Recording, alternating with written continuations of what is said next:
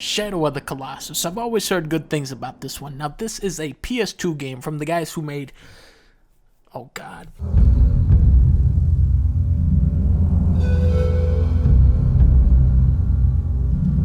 The premise is that you roam around slaying these Goliath creatures in order to bring this deceased girl back to life. It's a simple story told very effectively. There's a real sadness as you extinguish what little life is left in this vast, abandoned land.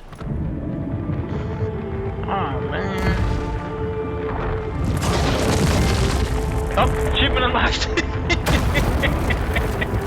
That's just... Years ago when I played the PS3 version, I was kind of put off by the washed out graphics and the miserable controls. With this new PS4 remake, I hope Bluepoint would really transform this game into something special and visually wow. Just wow, they went above and beyond. It really looks like a big budget PS4 game, but unfortunately it still plays like a clunky ass piece of crap PS2 game. You guys remember the dog from Last Guardian? Well, in this game, your legs are the dog, and your horse is the dog, and the climbing is the dog, and some of the boss fights are the dog too. It's a brief 5-hour game, but probably a third of that time is spent screwing around with frustrating shit and waiting for the boss AI to do the right thing. Oh shit. Alright, horse, you fight this guy. I'll get the next guy. You get this. Get in there, yeah! Kick his ass. Here we go. Come on. He's gone.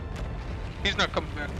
Back when Eco came out, the animation on that game was brilliant. It looked far more fluid and realistic than most big titles that year. Did you see it? Where is it now? If I tell ya, will you marry me? No way! That black hedgehog came here with Dr. Eggman. So, Eggman's behind this, huh? And this was still true in 2005 when Shadow of the Colossus came out. Yet today, it's not as impressive because you have so many games now with this high quality animation and they don't sacrifice playability to achieve it.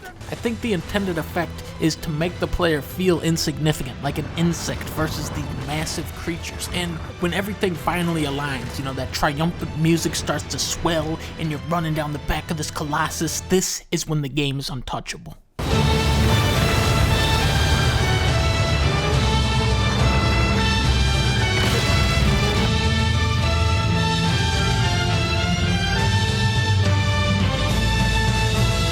Unlike The Last Guardian, there's always a straightforward path to that next incredible moment, unless the sword fucks up. You kill a Colossus, get his powers, and then you move on to the next guy. You got Tony, you got Paulie, you got Henry, you got Donnie over there looking like a fucking camel. You have Frankie, you have Jonathan. They even brought in Giganak, who has more graphics than Ice Knack, if you can even comprehend that. I'm so conflicted on Shadow of the Colossus. I think it's something every gamer should experience at least once, but you'll have to deal with some really annoying shit to find out why this game has endured so long, and that is the story. It sneaks up on you and hits you with this ending that fucking blew me away. 3 out of 5. Should have had more neck.